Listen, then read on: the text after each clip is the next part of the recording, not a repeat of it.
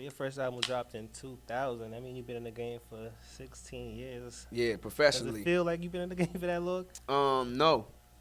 But professionally, yeah. But if we taking it from where the time where Snoop discovered me, that was at 5.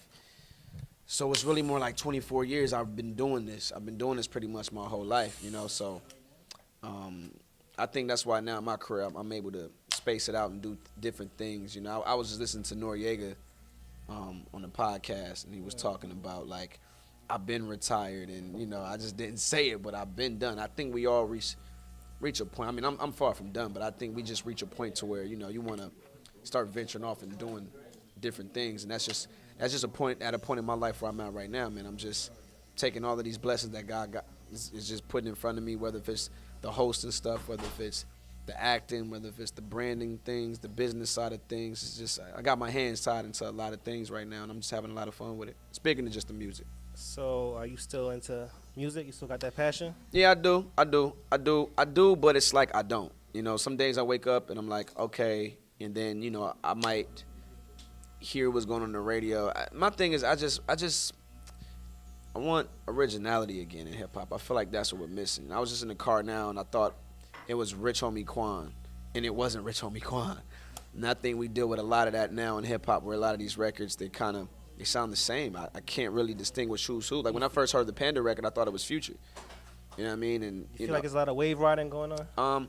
I don't want to say people are wave riding. I think that we're just at this time, and it's like with Floyd Mayweather. You see every young black fighter fight like Floyd Mayweather. It's not that they want to copy him. It's just that that style is. It's like NBA players playing like Jordan, doing the moves like Jordan. There you go. But if you can do it right, by it's still biting. You gotta put your own spin on it though. Exactly, and I think that's what we're not seeing a lot of in hip hop. So for me, just being like a baby of it, and me brought in by the real ones like Snoop and Jermaine, and even back to my Death Row days, I've been around the hardest of the hardest. I've been around some of the most iconic guys, and these is my old heads, and these are the guys that taught me the game and brought me in. So it's kind of hard for me to, I look at it the same way they look at it. Even though I'm still young, I'm 29. I love it. I think that we should have different genres for rap. I definitely feel like there's a place for all of it. If you want lyrical, if you want your Kendrick, your J. Cole, your Drakes, there's definitely a place for that. That's what I like. But when I go to the club, I'm not turning up to Kendrick Lamar, though. You feel me? When I listen to different music for different there you go. Like, I wouldn't consider Rich Homie Quan a rapper. I would consider him a great songwriter, a great hit maker. And he makes great club records and great radio records. But we wouldn't necessarily say, oh, he's a lyricist, he can fuck with Kendrick Lamar. But there's a place for Rich Homie Quan, and I love his music. And I love listening to him when I'm in the club. And it's like I love Kendrick Lamar too. That's my favorite rapper right now. And I never say somebody's my favorite rapper, but I really fuck with K Dot. I really do. And when I'm on the Sprinter and I'm riding in Vegas, I want to listen to K Dot the whole way. And in the club, you want to listen to Rich Homie Quan? I want to listen to the ignorant shit when I'm in the club. We all love it. We all say we don't like it. I like it. I've been living in Atlanta pretty much my whole life, so I'm used to it. But I respect it all. I love it all, but at the same time, we just got to, get more creative, man. And just the only way hip hop gonna grow is if we are all not the same. So are you gonna be dropping any new projects, new music? Yeah, I'm gonna do one more. I feel like I owe my fans that. Now More mixtape or album? I'm not sure. I've been playing with the ideas. I mean, my fans, they get so pissed at me because they like, yo, man, it's been like 4 years. You just playing, you just sitting on records, and we know you got them. But for me, it's just records you got in the stash right now. A lot. There's a lot. We don't need some of them stash. Yeah, there's a lot. I got a song with I got a record with Wiz, which is crazy.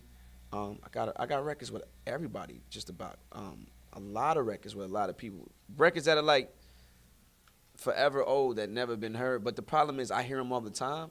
So being that like times change, I've gone through different things in my life, and I got plenty of shit to talk about now. So it's kind of like I just scrapped the whole project, and it's like I just want to start over. So as of right now, I just really started writing like 3 days ago. I just really got back into writing like 3 days ago. Back in the studio?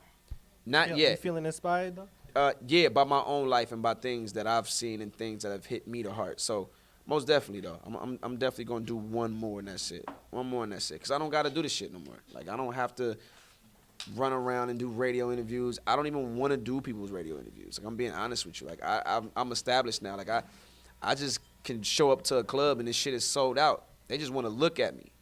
I don't even got to perform no more. I can just sell my liquor, dance, turn up with the crowd, and just interact. They rather that, and that's more personal. Like I don't gotta do all this shit that a lot of artists have to do now. Like I'm here. Like I'm on CSI now. I'm making money with my liquor. I'm making money just showing up to shit. Just showing up. Like I'm hosting the Grammys now, bro. The pre-show. Even though I had a little slip up. But that shit mean a lot to me. Like I mean a lot to me. Like when you start leveling up, it's kind of hard to go back and rap about certain things. So it's for me, I just want to go into this new unmarked territory and just see what's in store for me. I never knew hosting 106 in Park. When I talked to you about 2 years ago when you came backstage and we hollered then, I couldn't have told you I'd end up being a rapper though. I don't give a fuck what they don't consider. They ain't gotta consider me. No. I'm talking about a young black 29-year-old. They could have picked anybody to host the Grammy pre-show. They picked me though. You know what I mean? So that shit mean a lot to me. So it's like I got the upper folks looking at me, wanting me to get more involved, and it's like, I can't be bitch this. So I'm gonna give it to him one more time. Then I'm gonna bow and just get on some fly boss shit and kill him in other ways. So one more album coming out this year? Yeah, one more, and I'm good. And I'm then done. you gonna retire? Or you could never really retire. Something that's I could. No, I could. You could? Because see, you gotta think you might though. Come back like Jordan in 4 or 5 or not? Nah. See, look, you gotta think. I've been doing this since 5 years old. I'm 29. So that's 24 years. That's longer than. You've seen a lot of rappers come and go in your time. A lot. And Kobe played 20 years of basketball. Am I correct? This is 20th season. It's like Tim Duncan's, 20th or 21st, 20th, right? You're getting up there, yeah. Yeah, so it's like he's retired. Kobe came in the league at, 18, 17 years old? He's what now, 33, 34? Even though he's still young, but in basketball years, he's old. Takes a toll on your body. And that's how I feel. Like, after all the arena tours and all the traveling and radio interviews, answering the same questions over and over again, it's like, I've been doing that shit since I was professionally 13. I've been doing that for 16 years. 16 years in an NFL or NBA career, that's somebody's whole career. You're supposed to go into commentating after that type of shit. I'm just trying to do the puffy route now. I'm just trying to sell my face along with the brands I got and just show up and just make $150,000 for an hour, just to say what's up, who want to drink something, and just sell the lifestyle and just sell the culture. That's what I want to do. I just want to keep the culture moving. I study guys like Puff and I see what he's done, and I've been able to be real close to him too in the past 2 years and learn from him and watch him and get game from him. And that's something Floyd preached too. Show up in the ring for 30 minutes and make $50 million. Who don't want to make the most money but still work hard, but it's a little bit less work than what it is as an artist when you got to wake up and say, I don't want to wake up for you. I want to wake up on my own time. I don't want to wake up to I can't do that no more. I've been doing it my whole life, Nigel. Like, I've been on so many labels, wake-up calls, calling me when I'm not with all that. I'm ready. I'm at a position where now I'm ready to make my own rules. I'm going to wake up when I want to. Yeah, I'm producing my own shit, and this is what I want to do. I pay my dues for that. Can't nobody say I didn't, because I have. The talk show is in full effect. I just had my meeting 2 days ago. Bart, it's beyond a green light. What's the vision for that? All right. What you can talk about. All right. I can talk about all of this. With my talk show, for me, what's important was the format of the show. Like I said, I like to do things for maybe 2 years and I'm out of it. 106, 2 years, I learned a lot from BET. I learned how to run a show, how to do things on the cusp, on the fly. I did it. So I took that and then I just said, okay, there were times at 106 where I wanted to change things, but I couldn't because, it's BET. I mean, it's bigger than Bow Wow. Exactly. Yeah. With this is my shit. And so you're the executive producer? Oh, I'm the owner, creator. This is my shit. And the thing that what was important for me was the format of the show. When you watch it, I don't want it to look like a typical night show. And here it comes, da-da-da. And they come out, oh, my God, tell a couple jokes. And here's on tonight's show. If you look at every late night show, it's the same format. Nothing makes it different. My shit, different. New, it's innovative, is now, it's what we need for the culture, not just for hip-hop, but for entertainment, period. You know what I'm saying? I'm creating a place where all artists, all entertainers, black, white, no matter what, actors, actresses, whomever, to come on and get your shit off. That's what it's going to be. And it's going to be nothing but top-notch guests. Top-notch guests. It's going to have that Snoop and JD and all that. It's going to be more than that. It's going to be a place that you have to come to. If your label is gonna have that on your itinerary, you gotta go.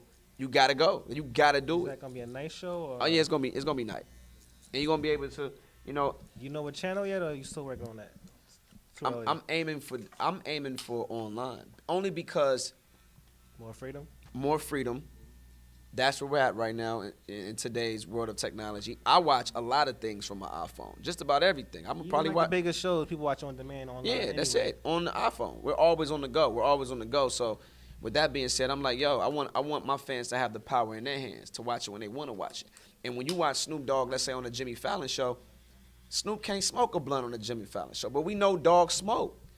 But if he come on my shit, Is it gonna you be gonna uncensored? you gonna get the no, you gonna get the Snoop Dogg that the people love Snoop Dogg for being. He can smoke a blunt on my show while I interview him.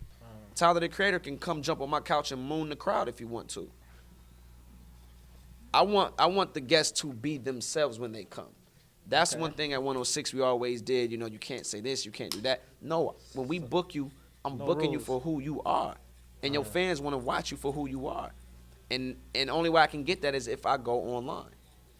So you got the album coming out, or a project coming out this Yeah, a year, project. and the show coming out this A year. project, a show, another hosting show Another. that I'm getting ready to do for another network that's going to be huge. I can't wait to announce that. That'll be coming in probably like the next two weeks. And I'm not just saying this. Deal's done. Deal's done. Okay. They just don't want me. I jumped the gun a lot of times where I like to put my news out there, but Gotta they chill don't. sometimes. Yeah, the Gotta network chill they out, want to do yeah. it. So you'll get with for You this. gotta wait for the press release. There you go. But it's coming. Are you working on any movies? Yeah, man. I was supposed to do something with the director of Fruitville Station. This new movie that they got coming out. It's about what do you call them? Not sororities. Fraternities. Yeah. Fraternities. Excuse me. And it's just a dope movie, man. And they were waiting to see what city they were gonna film it in. If it was gonna be Tennessee or Atlanta. I'm dying to do the movie. I'm slated. I don't want to say I'm slated to do it, but we met and everything's a go. So it's pretty much just waiting on their end to see what's going to happen. But as of now, I'm just sitting tight and. Like I said, man, if opportunities come in front of me, I take them if they're the right ones. Now, is your passion leaning towards acting over music? Or? My passion is just entertainment. You know, it's not even just one thing. It's just putting all of it in a pot. It's like gumbo. You know, you don't want to call it sausage soup or rice soup or crab meat soup. You just got to call it gumbo because it's everything stirred in one pot. And when you mix the liquor, which everybody in the room is drinking on right now, I'm gonna show them later though. No when you mix all the liquors that I have, possibly a new cognac deal coming,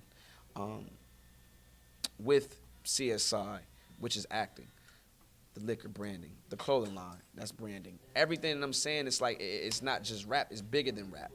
So for me, what's important is just being the best entertainer that I possibly can be. And at an early age, just take it by storm. Because a lot of the OGs that's been doing it, they're gonna have to slow down a little bit. And it's going to be up to one of us young guys to be able to take the torch. And the reason why, you know, Jigga and Puff still here doing what they've been doing since the early 90s is because, you know, as the old heads, they probably looking at us like, I don't know if they're ready to handle the baton right now. Yeah, so they're going to keep dominating. But for us, the younger generation, we just got to keep putting the pressure on them and just showing them, like, you know, we hold our own weight too. And we want it. I know I want it. If motherfuckers think I don't want Puffy, like, tripping. That's what I'm aiming for. You know what I'm saying? That's what I'm aiming for. And he told me, him and Jermaine told me one time in Vegas, you supposed to be better than both of us because of your teachings. You got us two plus Snoop. Come on, man. You got all the game in the world. So I can't let them down. But I'm dying for that spot, though, because ain't nobody going for that. Everybody want to be the number one rapper. I never want to be the number one rapper. Everybody can't be the number one rapper. I don't even want that. But I want to be the hottest, greatest entertainer, one of them you ever seen. Not just a triple threat, a quadruple threat. Motherfucker can do everything. Nigel, I'm talking everything. Host, rap, act, liquor, clothes, father. Who you know do all that? At 29, nobody. That's why they hate me so much. It's really more like 24 years I've been doing this. I've been doing this pretty much my whole life, you know, so I think that's why now in my career I'm able to space it out and do different things. You know, I was just listening to Noriega on the podcast, and he was talking about like I've been retired, and you know I just didn't say it, but I've been done. I think we all reach a point. I mean, I'm far from done, but I think we just reach a point to where you know you wanna. I do, but it's like I don't. You know, some days I wake up and I'm like, okay, and then you know I might hear what's going on the radio. My thing is, I want originality again in hip hop. I feel like that's what we're missing. I was just in the car now and I thought it was Rich Homie Quan, and it wasn't Rich Homie Quan. And I think we deal with a lot of that now in hip hop, where a lot of these records they sound the same. I can't really distinguish who's who. Like when I first heard the Panda record, I thought it was Future. You know what I mean? And You feel like there's a lot of wave riding going on?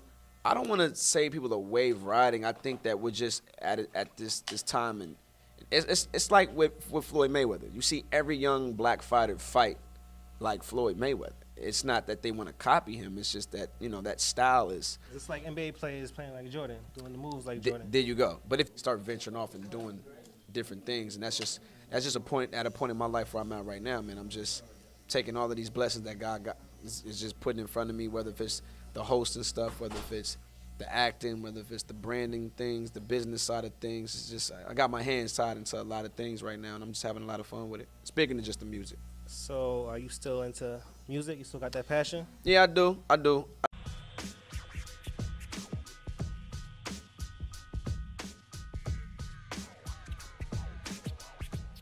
So your first album dropped in 2000. I mean, you've been in the game for 16 years. Yeah, Does professionally. it feel like you've been in the game for that long? No. But professionally, yeah. But if we taking it from where you know the time where Snoop discovered me, that was at 5. So